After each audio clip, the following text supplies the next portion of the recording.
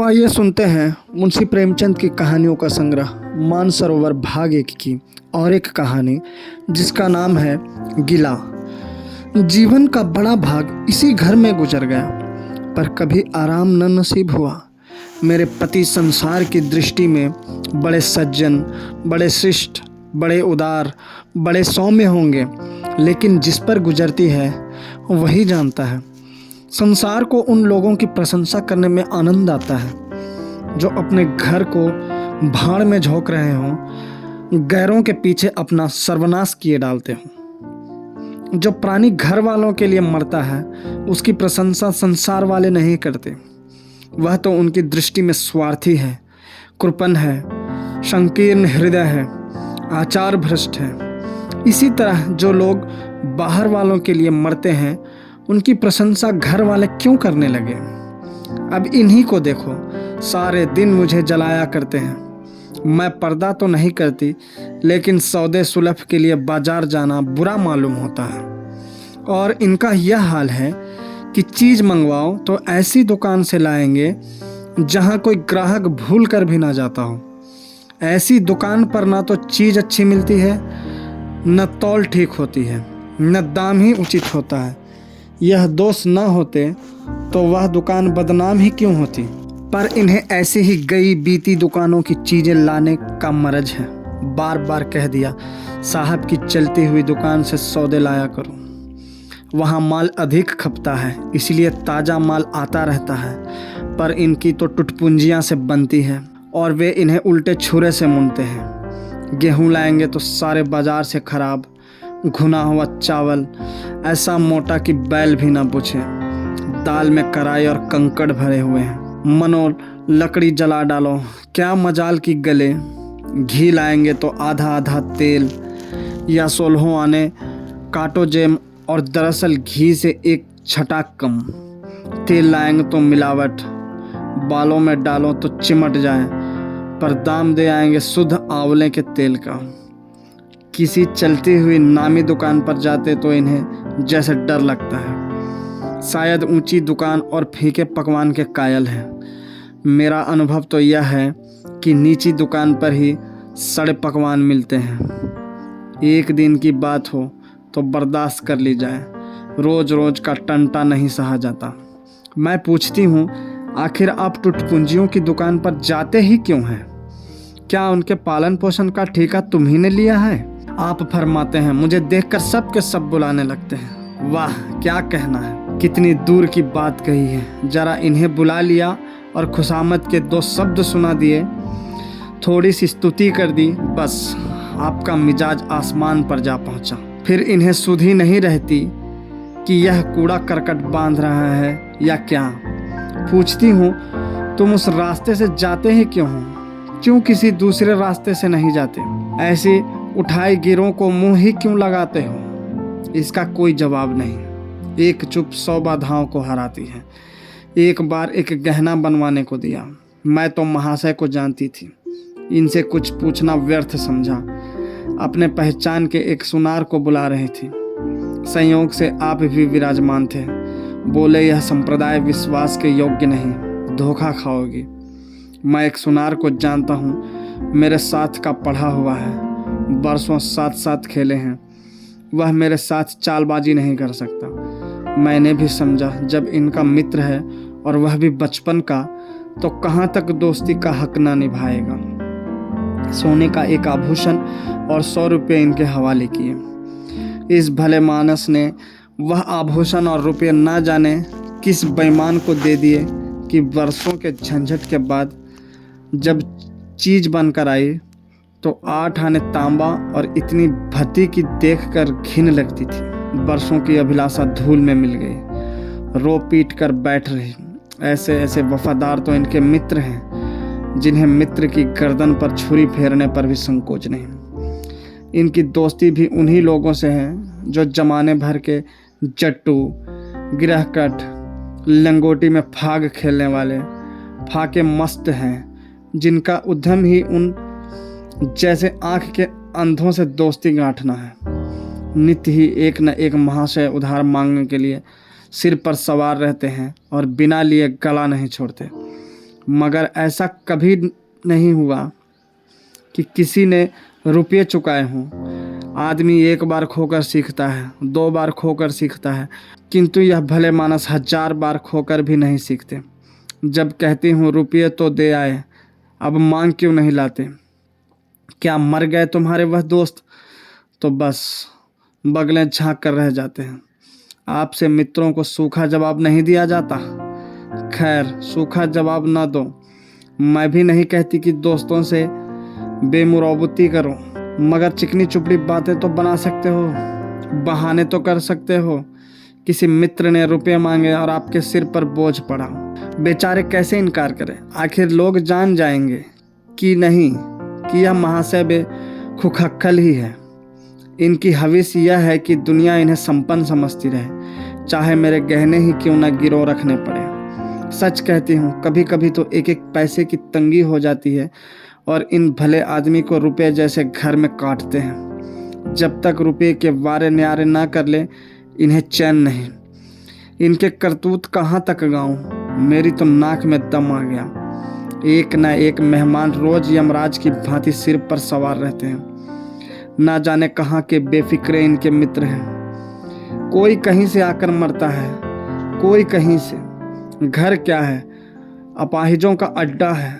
जरा सा तो घर, मुश्किल से 2 पलंग, ओढ़ना बिछौना भी फालतू नहीं। मगर आप हैं कि मित्रों को निमंत्रण देने को तैयार।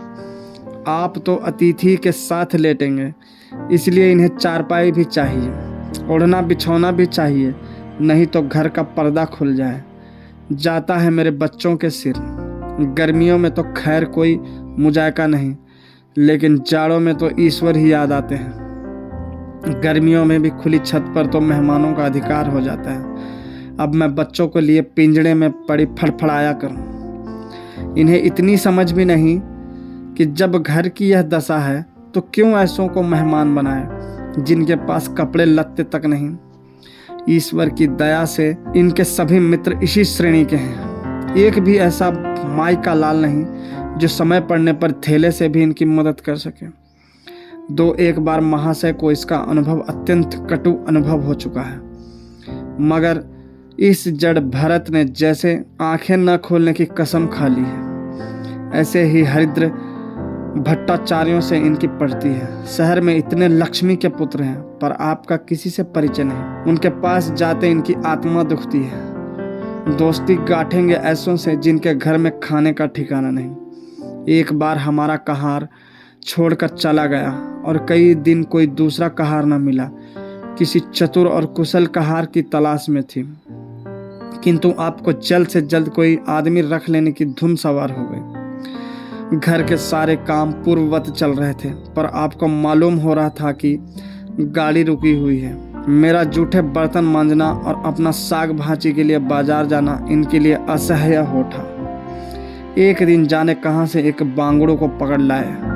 उसकी सूरत कह देती थी कि कोई जांगलू है, मगर आपने उसका ऐसा बखान किया कि क्या कहूँ। बड़ा होशियार है, बड़ा आज्ञाकारी, परले सिरे का मेहनती, गजब का सलीकेदार और बहुत ही ईमानदार। खैर, मैंने उसे रख लिया। मैं बार बार क्यों इनकी बातों में आ जाती हूँ, इसका मुझे स्वयं आश्चर्य है। यह आदमी केवल रूप से आदमी था, आदमियत के और कोई लक्षण उसमें न थे। किसी काम की तमीज नहीं। बेईमान न था, पर गधा अव्वल दर्जे का। बेईमान होता तो कम से कम इतनी तस्कीन तो होती कि खुद खा जाता है, अभागा दुकानदारों के हाथों लुट जाता था। 10 तक की गिनती उसे न आती थी। 1 रुपया देकर बाजार भेजूं तो संध्या तक हिसाब न समझा सके। क्रोध पी पी कर रह जाती थी। रक्त खौलने लगता था कि दुष्ट के कान उखड़ लूं, मगर इन महाशय को उसे कभी कुछ कहते नहीं देखा। डांटना तो दूर की बात है।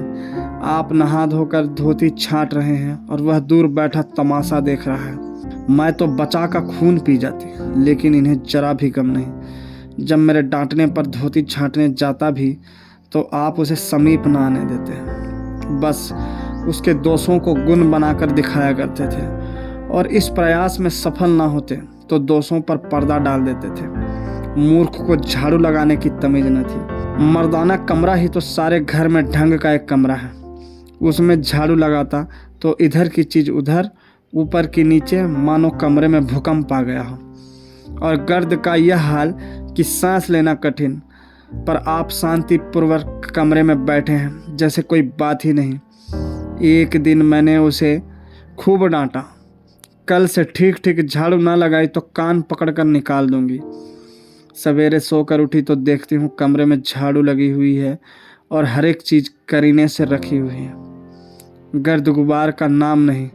मैं चकित होकर देखने लगी तो आप हंसकर बोले, देखती क्या हो, आज घूरे ने बड़े सवेरे उठकर झाड़ू लगाई है।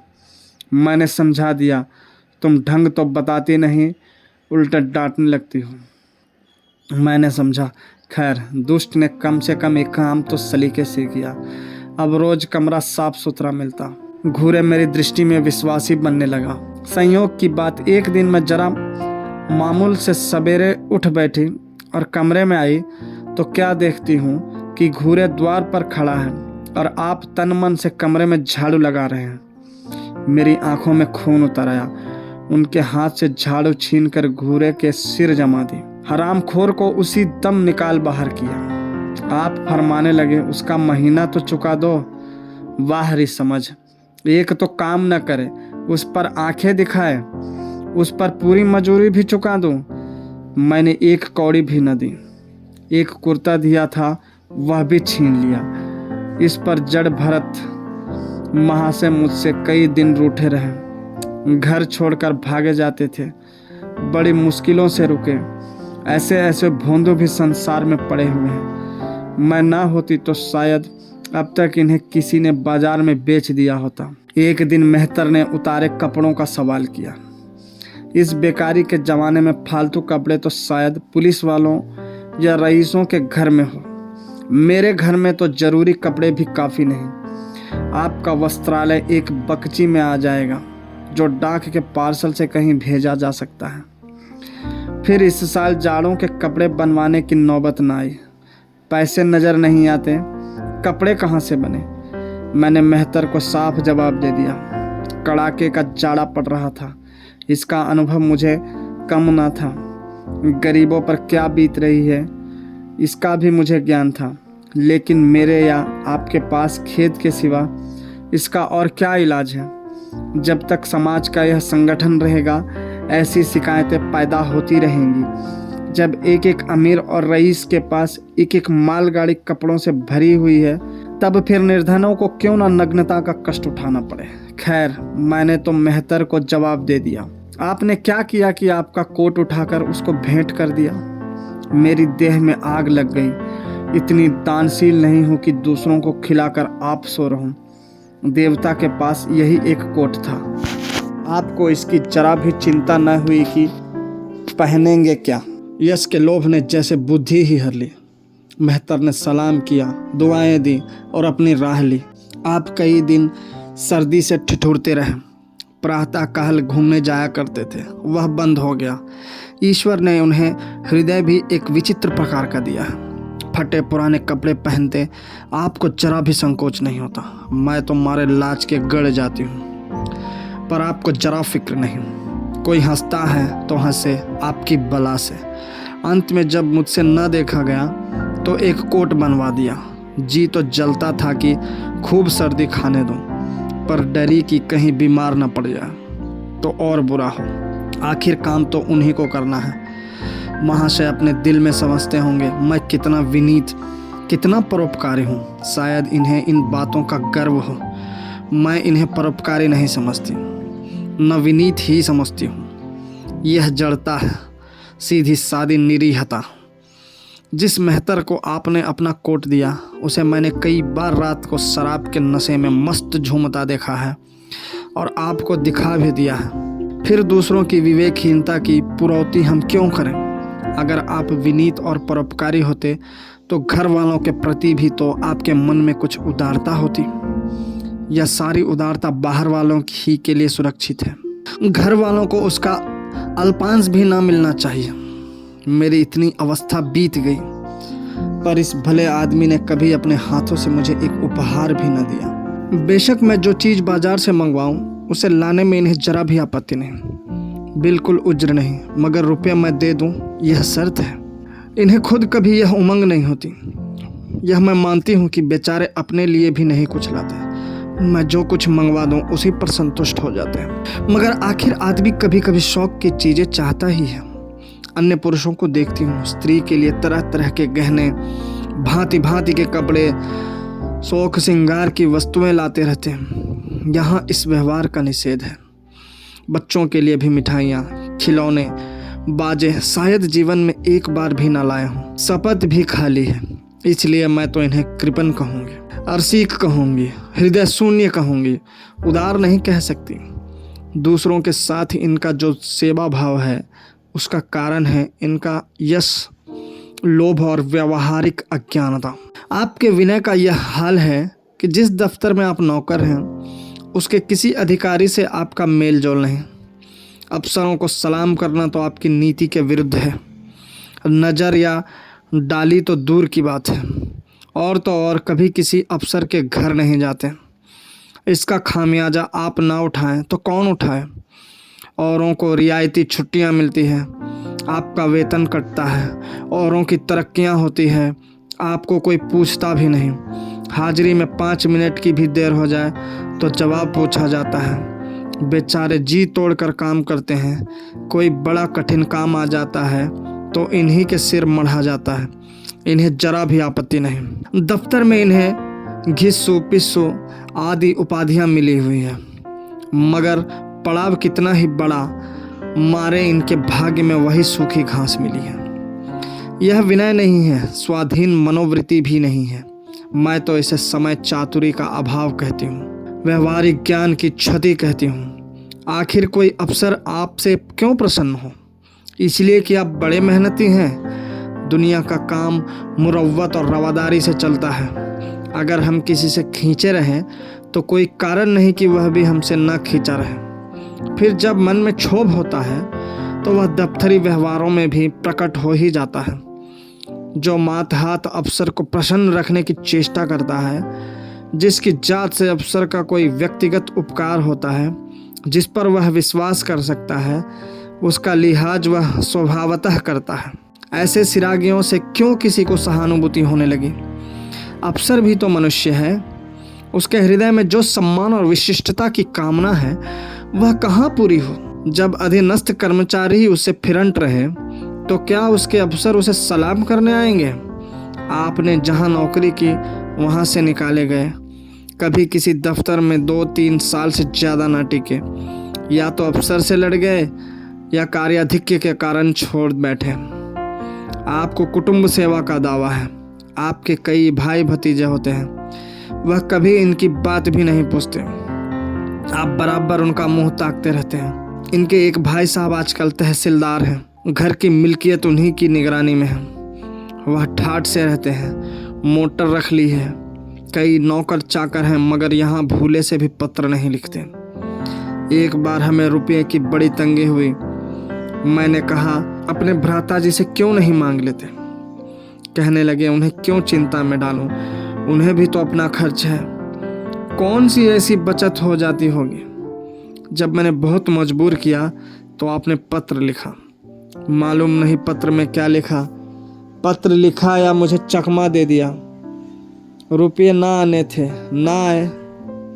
कई दिनों के बाद मैंने पूछा, कुछ जवाब आया श्रीमान के भाई साहब के दरबार से? आपने रुष्ट होकर कहा, अभी केवल 1 सप्ताह तो खत पहुंचे हुए, अभी क्या जवाब आ सकता है। 1 सप्ताह और गुजरा, मगर जवाब नदारद।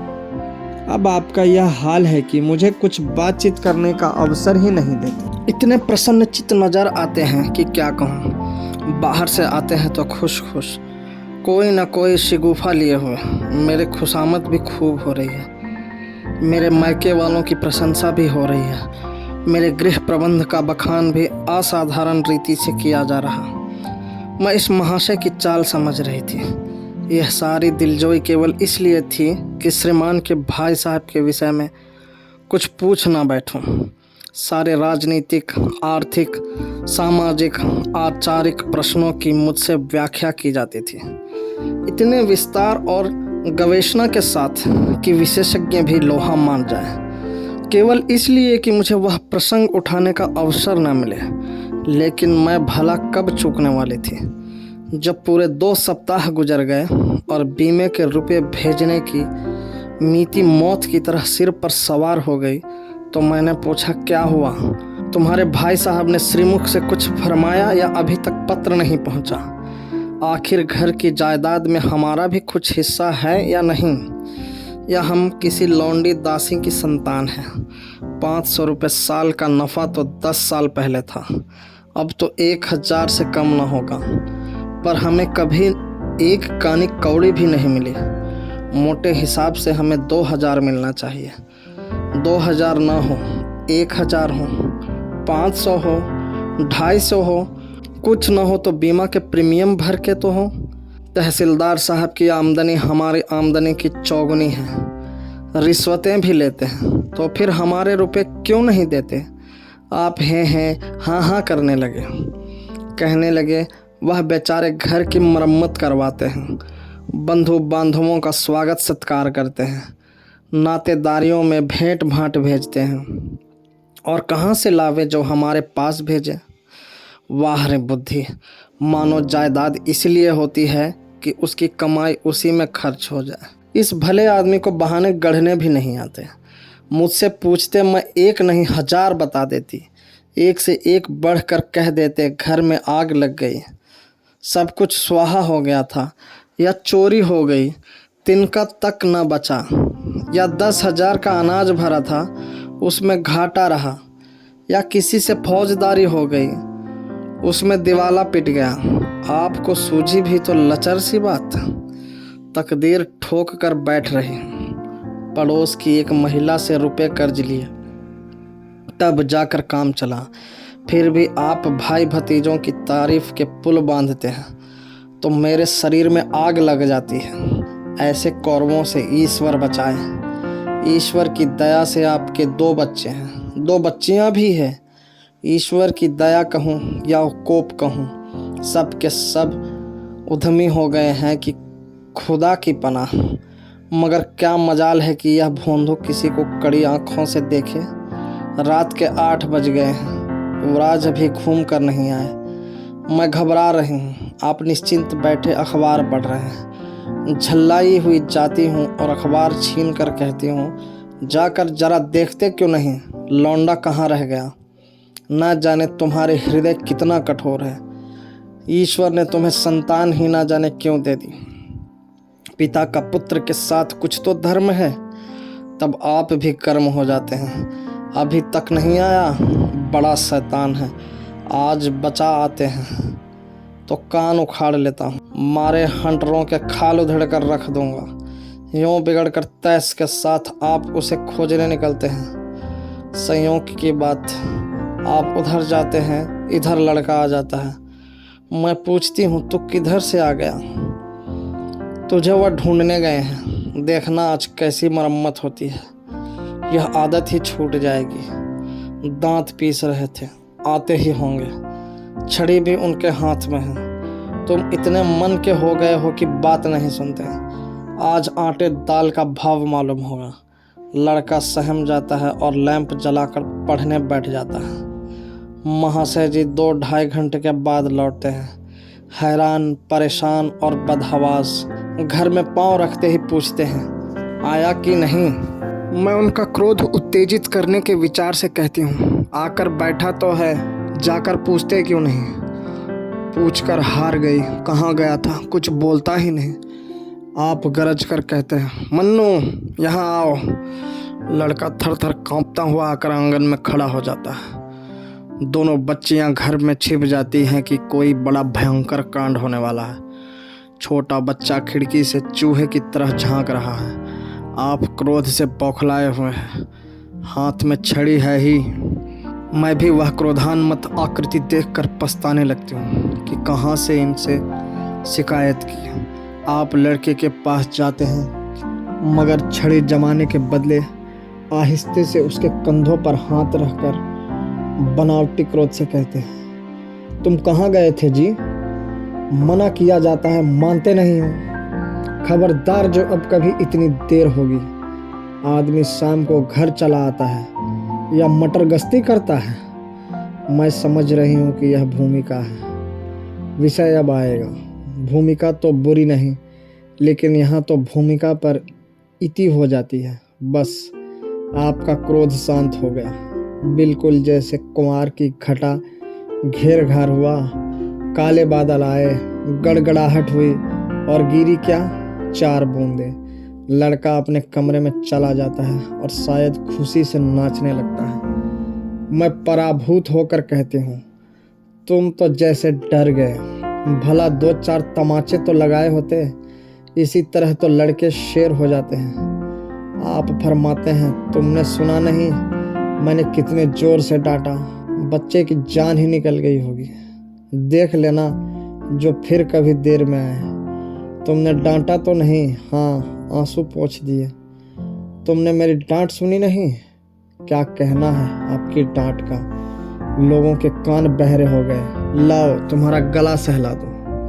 आपने एक नया सिद्धांत निकाला है कि दंड देने से लड़के खराब हो जाते हैं।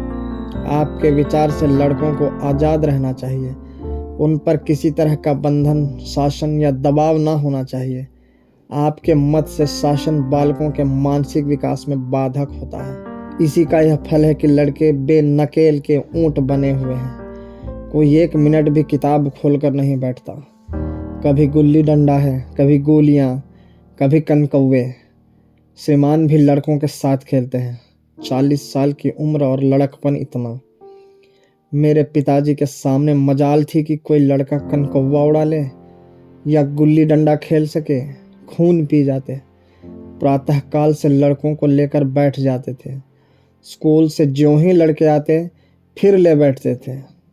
बस संध्या समय आधा घंटे की छुट्टी देते थे। रात को फिर जोत देते। यह नहीं कि आप तो अखबार पढ़ा करें और लड़के गली गली भटकते फिरे। कभी कभी आप सींग कटाकर बछड़े बन जाते। लड़कों के साथ ताश खेलने बैठा करते हैं। ऐसे बाप का भला लड़कों पर क्या रोब हो सकता है। पिताजी के सामने मेरे भाई सीधे ताक नहीं सकते थे। उनकी आवाज़ सुनते ही तहलका मच जाता था। उन्होंने घर में कदम रखा और शांति का साम्राज्य हुआ। उसके सम्मुख जाते लड़कों के प्राण सूखते थे। उसी शासन की यह बरकत है कि सभी लड़के अच्छे अच्छे पदों पर पहुंच गए। हाँ, स्वास्थ्य किसी का अच्छा नहीं है तो पिताजी ही का स्वास्थ्य कौन बड़ा अच्छा था। बेचारे हमेशा किसी न किसी औषधि का सेवन करते रहते थे। और क्या कहूँ, एक दिन तो हद ही हो गई। श्रीमान जी लड़कों को कनकौवा उड़ाने की शिक्षा दे रहे थे। यूं घुमाओ, यूं गोता दो, यूं खींचो, यूं ढील दो। ऐसा तन मन से सिखा रहे थे मानो गुरु मंत्र दे रहे हों। उस दिन मैंने इनकी ऐसी खबर ली कि याद करते होंगे, तुम कौन होते हो मेरे बच्चों को बिगाड़ने वाले। तुम्हें घर से कोई मतलब नहीं है, न हो, लेकिन आप मेरे बच्चों को खराब ना कीजिए। बुरी बुरी आदतें ना सिखाइए। आप उन्हें सुधार नहीं सकते तो कम से कम बिगाड़िए मत। लगे बगले झांकने। मैं चाहती हूँ एक बार यह भी गर्म पड़े तो अपना चंडी रूप दिखाऊं, पर यह इतना जल्द दब जाते हैं कि मैं हार जाती हूँ। पिताजी किसी लड़के को मेल तमाशे न ले जाते थे। लड़का सिर पटक कर मर जाए मगर जरा भी ना पसीजते थे। और इन महात्मा जी का यह हाल है, एक एक से पूछकर मेले ले जाते हैं। चलो चलो, वहाँ बड़ी बहार है, खूब आतिशबाजियाँ छूटेंगी, गुब्बारे उड़ेंगे, विलायती चरखियाँ भी हैं, उन पर मज़े से बैठना। और तो और आप लड़कों को हॉकी खेलने से भी नहीं रोकते। यह अंग्रेजी खेल भी कितने जानलेवा होते हैं। क्रिकेट, फुटबॉल, हॉकी एक से एक घातक। गेंद लग जाए तो जान लेकर ही छोड़े। पर आपको इन सभी खेलों से प्रेम है। कोई लड़का मैच में जीत कर आ जाता है तो ऐसे फूल उठते हैं मानो किला जीत कर आया हो। आपको इसकी जरा भी परवाह नहीं कि चोट चपेट आ गई तो क्या होगा। हाथ पांव टूट गए तो बेचारों की जिंदगी कैसे पार लगेगी। पिछले साल कन्या का विवाह था। आपको जिद थी कि दहेज के नाम कानी कौड़ी भी ना देंगे। चाहे कन्या आजीवन कंवारी बैठी रहे। यहाँ भी आपका आदर्शवाद आ कूदा। समाज के नेताओं का छल प्रपंच आए दिन देखते रहते हैं, फिर भी आपकी आंखें नहीं खुलती। जब तक समाज की यह व्यवस्था कायम है और युवती कन्या का अविवाहित रहना निंदास्पद है, तब तक यह प्रथा मिटने को नहीं। 2-4 ऐसे व्यक्ति भले ही निकल आवे जो दहेज के लिए हाथ ना फैलावे, लेकिन इसका परिस्थिति पर कोई असर नहीं पड़ता और कुप्रथा ज्यों की त्यों बनी हुई है। पैसों की तो कमी नहीं है, दहेज की बुराइयों पर लेक्चर दे सकते हैं, लेकिन मिलते हुए दहेज को छोड़ देने वाला मैंने आज तक ना देखा। जब लड़कों की तरह लड़कियों की शिक्षा और जीविका की सुविधाएं निकल आएंगी तो यह प्रथा भी विदा हो जाएगी। उसके पहले संभव नहीं। मैंने जहाँ जहाँ संदेश भेजा दहेज का प्रश्न उठ खड़ा हुआ और आपने प्रत्येक अवसर पर टांग अड़ाई। अब इस तरह पूरा साल गुजर गया और कन्या को 17वां लग गया तो मैंने एक जगह बात पक्की कर ली। आपने भी स्वीकार कर लिया, क्योंकि वर पक्ष ने लेन देन का प्रश्न उठाया ही नहीं। हालांकि अंतःकरण में उन लोगों को पूरा विश्वास था कि अच्छी रकम मिलेगी और मैंने भी तय कर लिया था कि यथाशक्ति कोई बात उठा न रखूंगी। विवाह के सकुशल होने में कोई संदेह न था, लेकिन इन महाशय के आगे मेरी एक न चली। यह प्रथा निंद है, यह रस्म निरर्थक है, यहाँ रुपये की क्या ज़रूरत, यहाँ गीतों का क्या काम। नाक में दम था। यह क्यों वह क्यों, यह तो साफ दहेज है। तुमने मेरे मुंह में कालिख लगा दी, मेरी आबरू मिटा दी। जरा सोचिए, इस परिस्थिति को कि बारात द्वार पर पड़ी हुई है और यहाँ बात बात पर शास्त्रार्थ हो रहा है। विवाह का मुहूर्त आधी रात के बाद था। प्रथानुसार मैंने व्रत रखा, किंतु आपकी टेक थी कि व्रत की कोई ज़रूरत नहीं। जब लड़के के माता पिता व्रत नहीं रखते, जब लड़का तक व्रत नहीं रखता, तो कन्या पक्ष वाले ही व्रत क्यों रखे। मैं और सारा खानदान मना करता रहा, लेकिन आपने नाश्ता किया, भोजन किया। खैर, कन्यादान का मुहूर्त आया। आप सदैव से इस प्रथा के विरोधी हैं। आप इसे निषिद्ध समझते हैं। कन्या क्या दान की वस्तु है? दान रुपये पैसे जगह जमीन का हो सकता है, पशुदान भी होता है, लेकिन लड़की का दान एक लचर सी बात है। कितना समझाती हूँ, पुरानी प्रथा है, वेद काल से होती चली आई है। शास्त्रों में इसकी व्यवस्था है। संबंधी समझा रहे हैं, पंडित समझा रहे हैं, पर आप हैं कि कान पर जूं नहीं रेंगती। हाथ जोड़ती हूँ, पैरों पड़ती हूँ, गिड़गिड़ाती हूँ, लेकिन मंडप के नीचे न गए। और मज़ा यह है कि आपने ही तो यह अनर्थ किया और आप ही मुझसे रूठ गए। विवाह के पश्चात महीनों बोलचाल न रही, झक मारकर मुझी को मनाना पड़ा। किंतु सबसे बड़ी विडंबना यह है कि इन सारे दुर्गुणों के होते हुए भी इनसे एक दिन भी पृथक नहीं रह सकती, एक क्षण का वियोग नहीं कर सकती। इन सारे दोषों पर भी मुझे इनसे प्रगाढ़ प्रेम है। इनमें यह कौन सा गुण है जिस पर मैं मुग्ध हूँ, मैं खुद नहीं जानती, पर इनमें कोई बात ऐसी है जो मुझे इनकी चेरी बनाए हुए है। वह जरा मामूली सी देर में घर आते हैं तो प्राण नहुं में समा जाते हैं। आज यदि विधाता इनके बदले मुझे कोई विद्या और बुद्धि का पुतला, रूप और धन का देवता भी दे, तो मैं उसकी ओर आंखें उठाकर ना देखूं।